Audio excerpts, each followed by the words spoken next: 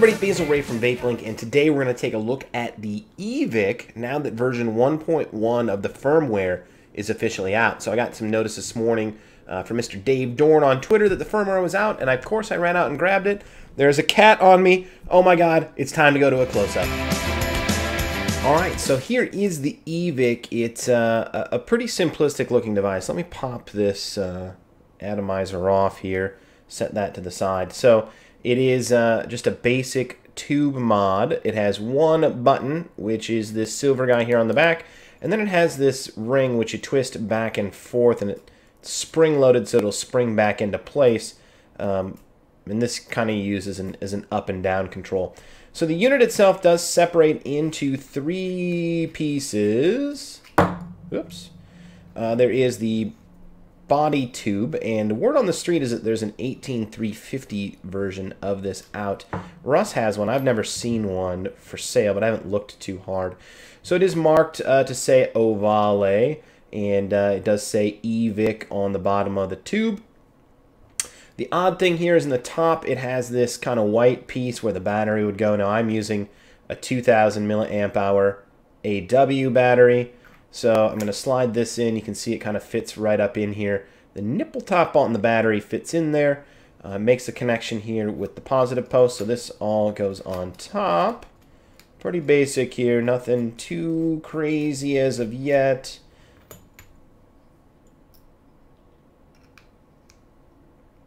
So we can go ahead and thread this cap in. I haven't Noaloxed these or anything. So if they sound a little gritty and grainy, they're actually machined fairly well.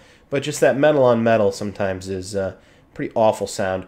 The other thing that's kind of hidden here is the USB port. So if you've had like an old Motorola phone or something, you may have had that charging port hidden.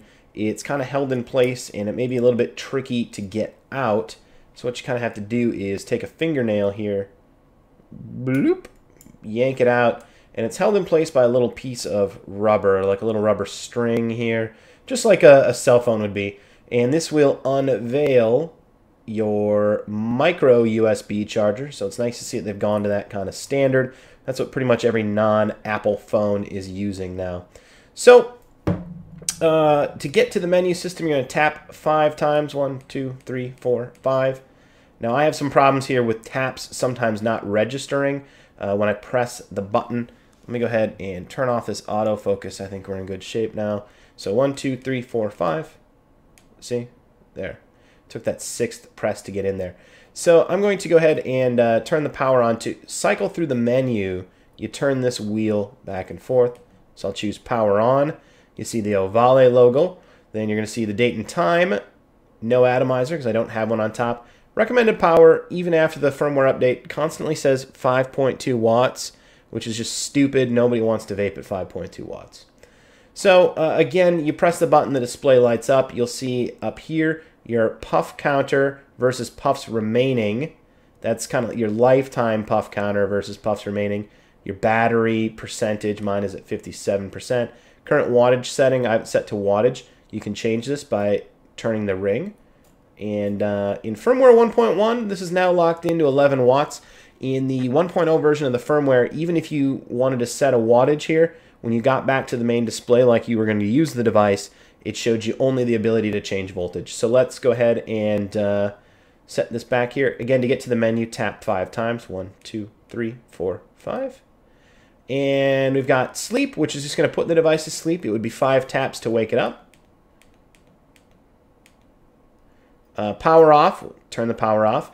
Vapor set, this is going to let you check the battery and change it.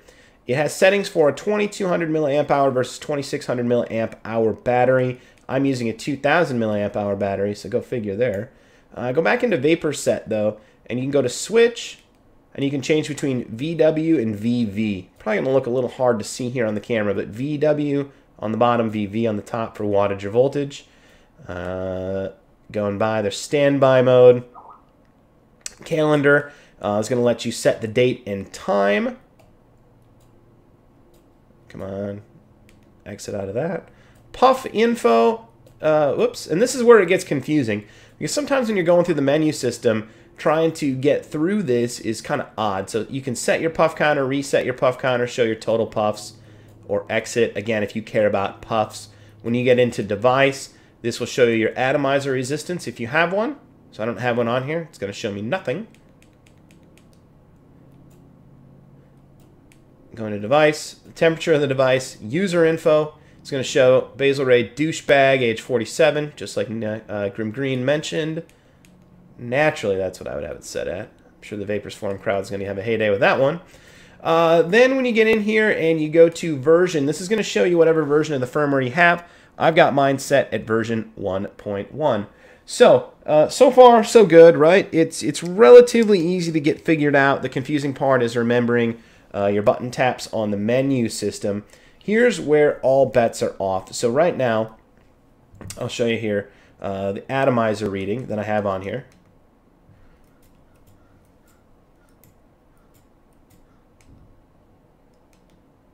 Atomizer detected 1.9 ohms. So I have this currently set to, as you can see here, 11 watts. But what I'm going to get out is actually going to be 4.3 volts. 4.1 volts. It's jumping around. 4.1 is pretty average in terms of what I get out of this. That is not 11 watts. Let's go back up top. So we're back up top, right? We looked at the close-up, ran through the menu system real quick.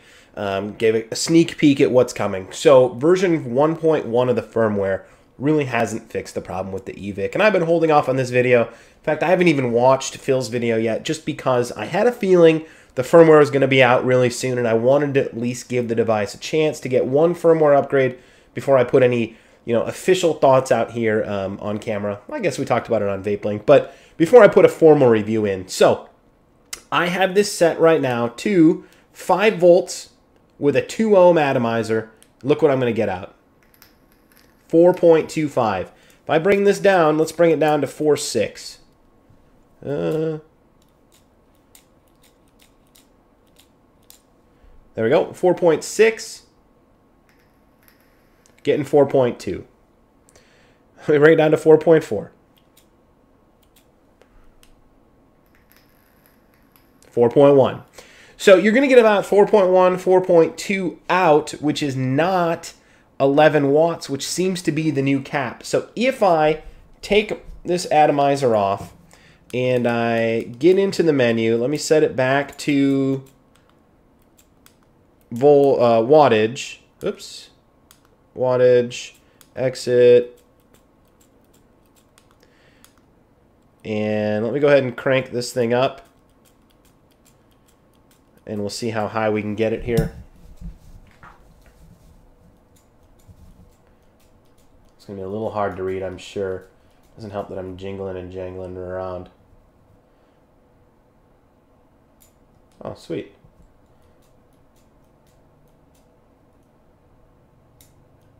Nothing above 11.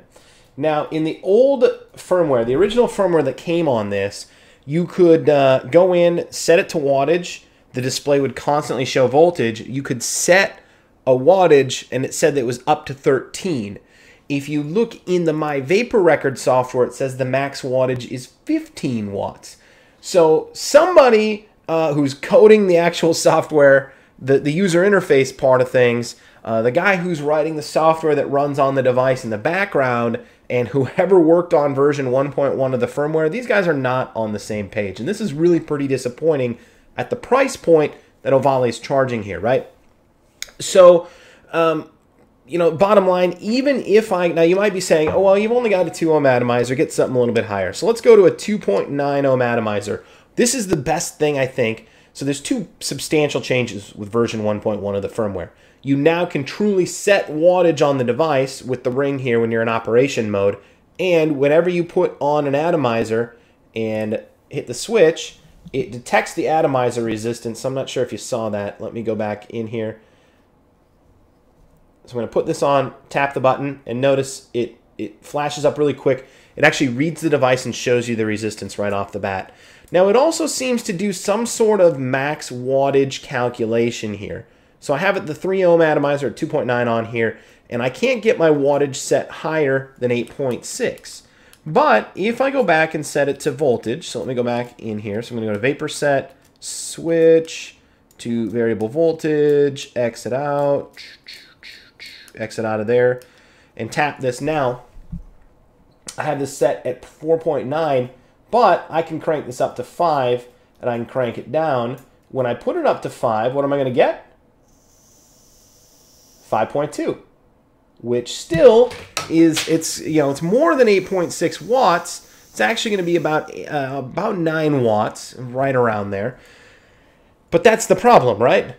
They've advertised, 5-volt limit, I think somewhere I read. The software says 15 watts max. The device says 11 watts max.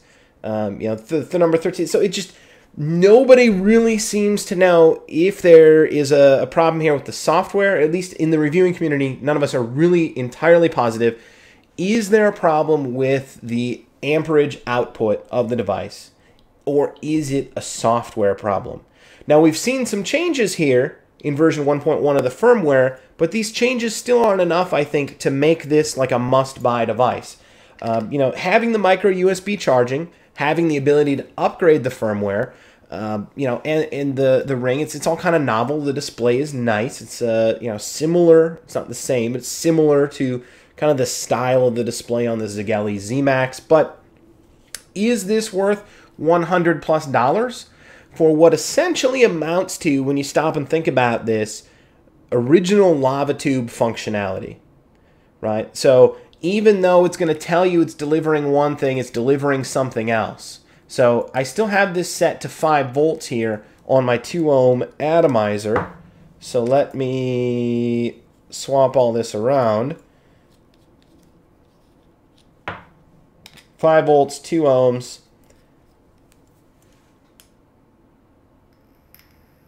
4.25, right?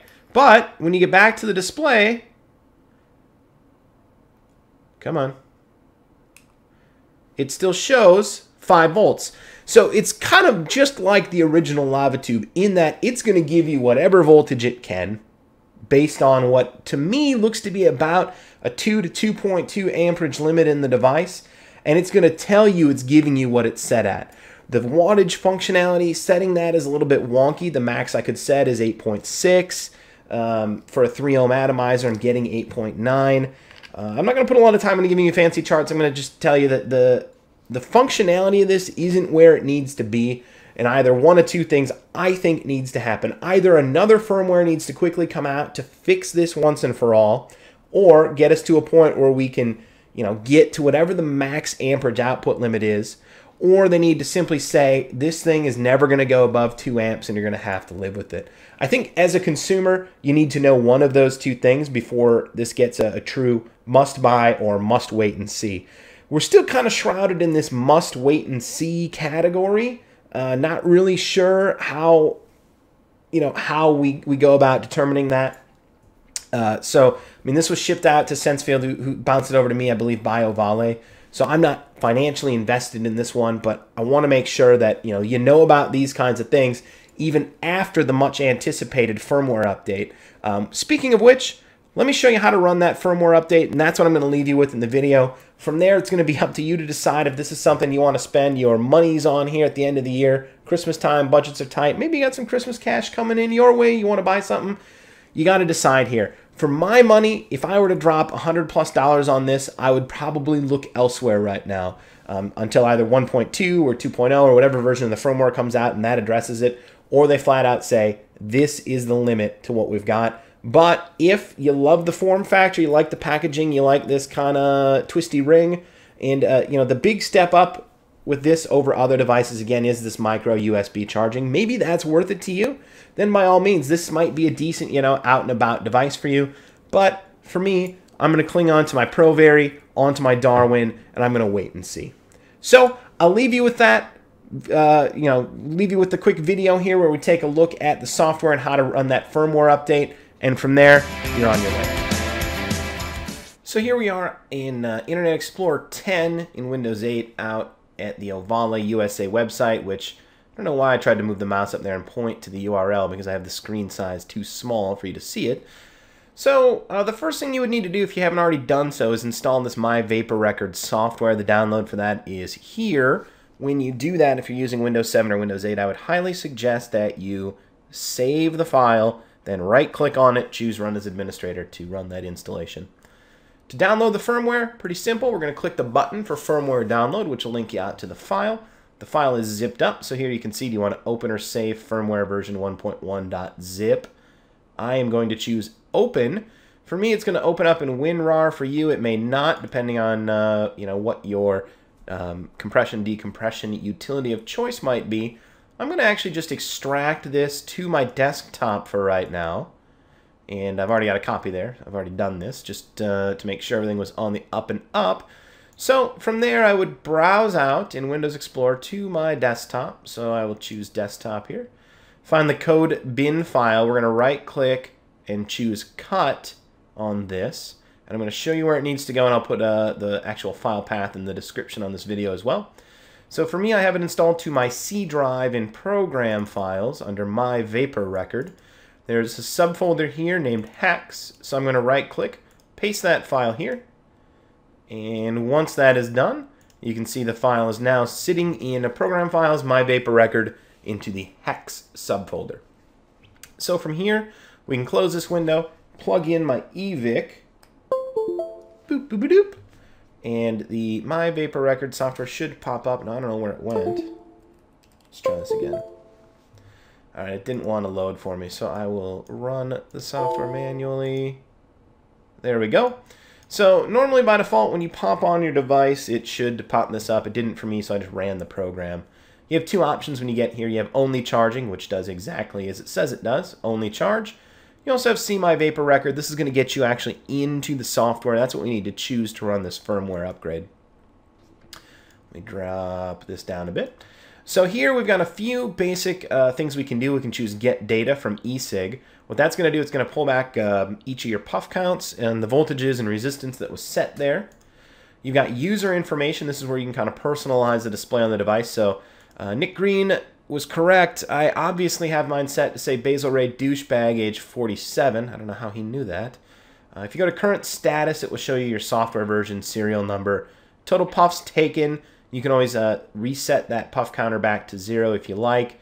You have the set output power. Now, in version 1.1 of the firmware, the highest you can go is 11, despite the fact that it says max 15 watts over here, which is a bit of a fail on Ovale and Joytech's part here.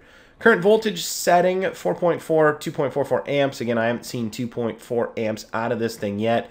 This current battery milliamp hour rating is all over the place. I have a 2000 milliamp hour AW in this right now. The device is designed to, I think, accurately detect 2000 or 2200 and 2600 milliamp hour 18650s. I don't have either of those. I would probably use an AW anyways. So don't rely on this milliamp hour rating to be correct. If you want to send that information to the device, you go ahead and say modify, and you should get a note back saying system data write OK. That means it's written to the device. So from the home menu here, what we're going to do, remember we downloaded the firmware file and we put it out there. We're going to choose this option for upgrade my eSig. When I do that, you'll see the progress indicator down here at the bottom of the window.